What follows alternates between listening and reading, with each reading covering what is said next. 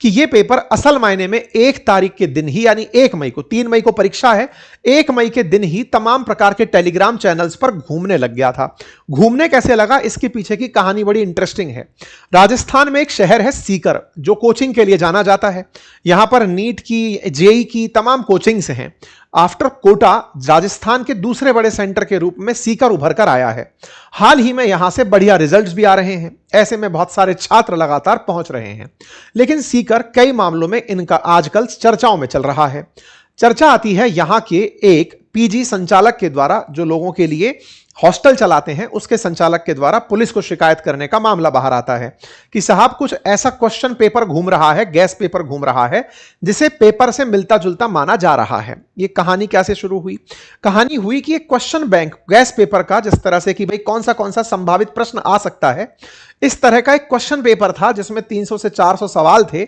एक ऐसा question bank viral हो रहा था जिसमें से कहा गया कि पेपर के अंदर क्वेश्चन आएंगे।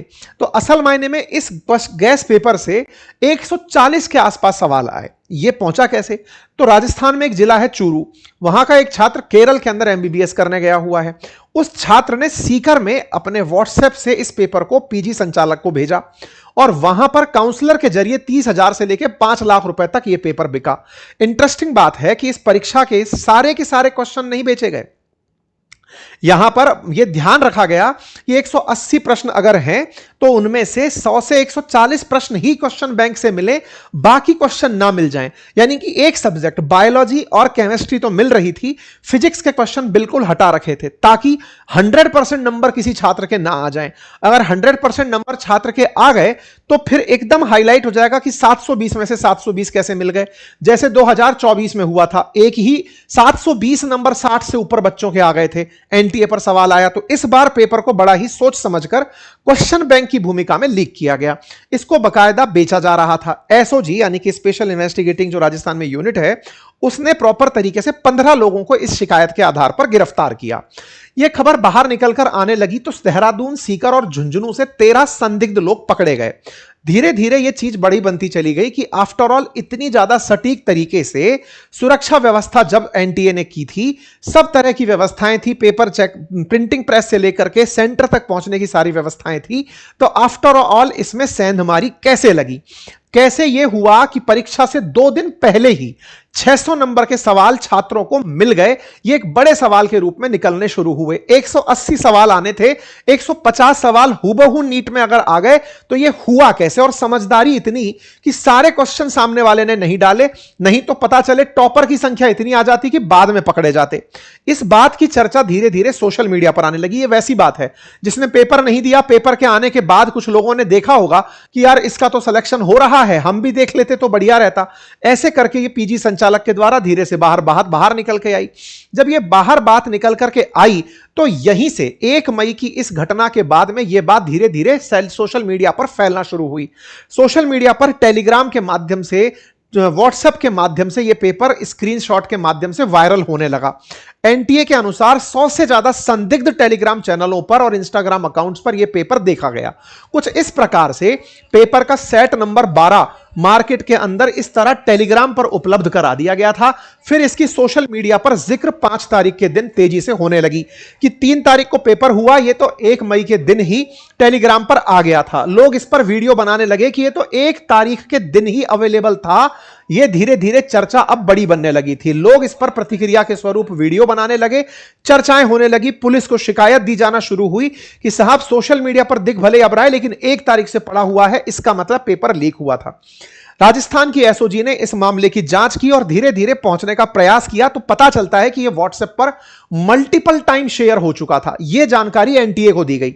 एनटीए को बताया गया कि एक गैस पेपर है, 400 में से 150 क्वेश्चन सीधे सीधे आ रहे हैं, यह पेपर लीक हो चुका है मल्टीपल टाइम। एनटीए ने शुरुआत में इस बात का हालांकि मानने से इनकार किया क्योंकि उन्हें अपनी सुरक्षा पर ज्यादा यकीन था, लेकिन फिर उन्हें इस बात को मानना भी पड़ा। परिणाम यह निकलकर आया कि इस मानने के बाद में इस परीक्षा को एनटीए को रद्द करने के लिए विचार करना पड़ा। इस मामले को अब सीबीआई को सौंप दिया गया। कुल मिलाकर के इस पेपर के अंदर पूरी तरह से नकल हो रही थी, पेपर पूरी तरह से बाहर आ चुका था। बायोलॉजी के 90 और केमिस्ट्री के 35 सवाल तो सीधे सीधे आ रहे थे। एसओजी ने 11 मई को जयपुर से किसी मनीष नाम के शख्स को पकड़ा। पेपर छपने से पहले सवाल लीक करने के उसको मास्टरमाइंड के रूप में माना जा रहा है। चेक किया जा रहा है कि इसने आफ्टर ऑल ये कहां से निकाला था, प्रिंटिंग से लेकर मतलब कैसे ये पेपर पहुंचा, अब ये अपने आप में एक बड़ा सवाल है और इसी को ही अब देखा जा रहा है। ऐसा ही एक मामला सॉल्वर गैंग का भी नालंदा के अंदर बिहार में 4 मई को पकड़ा गया। कुछ पेपर सॉल्वर 60-60 लाख रुपए में एक सीट के लिए डील करके बैठे थे। नालंदा पुलिस ने 7 लोगों को हिरासत में लिया जो लग्जरी गाड़ियों में बैठकर दूसरे की जगह पेपर देकर परीक्षा को पास कराने का प्रयास कर रहे थे। कुल मिलाकर ऐसी गिरफ्तारियां शहर में, देश में और भी कई जगह हुई। एनटीए ने, नेशनल टेस्टिंग एजेंसी ने पहले तो इसके अंदर कहा कि कोई ऐसा मामला नहीं है, फर्जी है, सारा की सारा मामला अफवाहों से बचने की सलाह दी। लेकिन फिर एनटीए खुद अपनी तरफ से यह बात कहते हुए बाहर आई कि हमने सरकार से डिस्कशन किया और सरकार से डिस्कशन के बाद हम परीक्षा को रद्द करते हैं। छात्रों को हुई असुविधा में हम उनसे दोबारा फीस नहीं लेंगे, परीक्षा का पुनः आयोजन कराया जाएगा। छात्रों का गुस्सा फूट पड़ा। छात्रों का गुस्सा फूट पड़ा कि आफ्टर ऑल एनटीए इतनी लापरवाही कैसे कर सकता है। 2024 की लापरवाही अभी निकली ही नहीं थी। 2024 में जहां एक नंबर पर इतने बच्चे थे, वहीं उसके अंदर स्केलिंग का इशू था, उसके अंदर एक सेंटर पर पेपर लीक होने का इशू था। बिहार के एक सेंटर पर बड़ी मात्रा में लीक होने की खबरें आई थी। मामला सुप्रीम कोर्ट तक पहुंचा था। छात्रों का भविष्य 4-4 महीने तक अधर झूल में लटका रहा था। फाइनली सुप्रीम कोर्ट ने कुछ पर्टिकुलर क्षेत्रों में पेपर दोबारा करवाने की राहत देकर बाकी छात्रों को कॉलेज आवंटित होने दिया था। 2025 में एनटीए ने अपने परिपाटी को तोड़ते हुए इतना टफ पेपर दे दिया कि लो बेटा करके दिखाओ। 2026 के अंदर पेपर लीक हो जाता है। छात्रों का पूरी तरह एनटीए पर सवाल खड़ा होता है कि आफ्टर ऑल आपसे यह पेपर लीक क्यों हो रहा है। जब इस बारे के अंदर तह तक जाया गया तो पता चला कि 2024 में ही सुप्रीम कोर्ट के कहने पर राधाकृष्णन आयोग बनाया गया था। राधाकृष्णन आयोग ने रिकमेंडेशन दिया था कि इस परीक्षा को ऑनलाइन आयोजित किया जाना चाहिए। जब यह परीक्षा प्रिंटिंग प्रेस पर जा रही है, पेपर प्रिंटिंग प्रेस पर जा रहा है, सेंटर्स पर पेपर ट्रांसफर हो रहा है, तो कहीं ना कहीं उसके अंदर माल फंक्शनिंग हो रही है। ऐसे में इस पेपर को ऑनलाइन आयोजित करवाया जाना चाहिए। एनटीए का तर्क था कि 22 लाख विद्यार्थियों को एक बार में ऑनलाइन सेंटर आवंटित करना मुश्किल है, तो इसके बारे में भी तर्क दिया गया कि इस परीक्षा को साल में 2 बार आयोजित करवा लिया जाए, जैसे जेईई मेंस का एग्जाम साल में 2 बार होता है। फिर इसके पीछे तर्क दिया गया कि साहब हम 2 बार में आयोजित करा करके एडमिशंस के अंदर दिक्कत खड़ी कर देंगे। फिर इसके ऊपर तर्क दिया गया कि कम से कम आप एक ही बार में करवाएं तो अलग अलग दिनों में करा लें। यह देश वो है जो एक देश एक चुनाव एक बार में कराने की सोचता है, लोकसभा और विधानसभा के, और उसके लिए ईवीएम के लिए खरीद की बातें की जाती हैं। छात्रों का भविष्य अंधकार में है। केवल 22 लाख बच्चों की बात नहीं, 1 करोड़ लोग सीधे प्रभावित होते हैं। और 1 करोड़ ही नहीं, उनसे अप्रत्यक्ष रूप से उनके साथ हॉस्टल वाले, कोचिंग वाले, मैस वाले, ऑटो रिक्शा वाले, सभी लोग, पूरी अर्थव्यवस्था है जो इसकी वजह से प्रभावित होती है।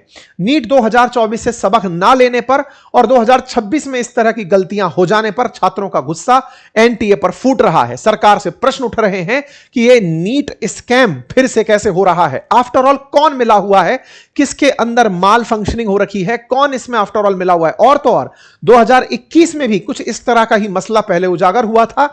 2026 में फाइनली एनटीए ने इसको कैंसिल किया है। इस पर अपोजिशन हमलावर हुआ। अपोजिशन ने सरकार के 10 साल में 89 पेपर लीक होने पर सवाल उठाए। राहुल गांधी जी ने कहा कि नीट का पेपर लीक होना असल में नीलामी जैसा है। ऐसे ही कांग्रेस के मेन हैंडल से इस पर तमाम प्रश्न उठाए गए। राजस्थान में अशोक गहलोत जी द्वारा, गोविंद डोटासरा, सचिन पायलट, इन सभी के द्वारा अपनी अपनी प्रतिक्रियाएं आई, क्योंकि राजस्थान में सबसे पहले इस बात का पता चला। राजस्थान के सीकर का नाम इसमें सबसे ज्यादा आया। सीकर का एक चीज में नाम और आ रहा है, और वो ये कि सीकर के सेंटर से जो बच्चों का सिलेक्शन रेशो है वो 650 से अधिक नंबर पाने वालों की संख्या पूरे देश के अन्य सेंटर्स के औसत से अधिक है।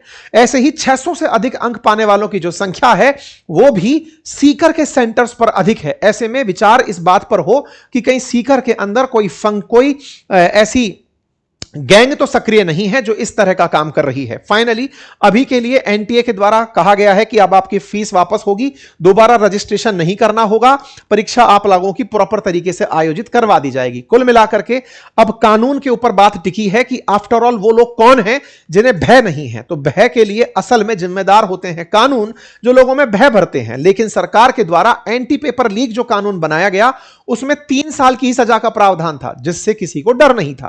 पेपर लीक लीक करने में जो लोग जिम्मेदार हैं उन्हें 5 से लेकर 10 साल तक की सजा का प्रावधान किया गया था।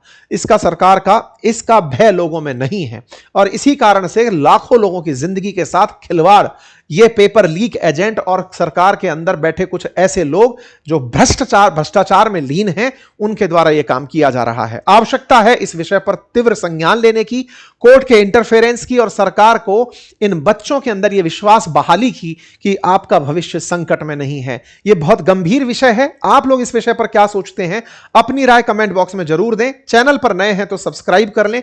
बाकी अपडेट्स के साथ जुड़े रहें। धन्यवाद।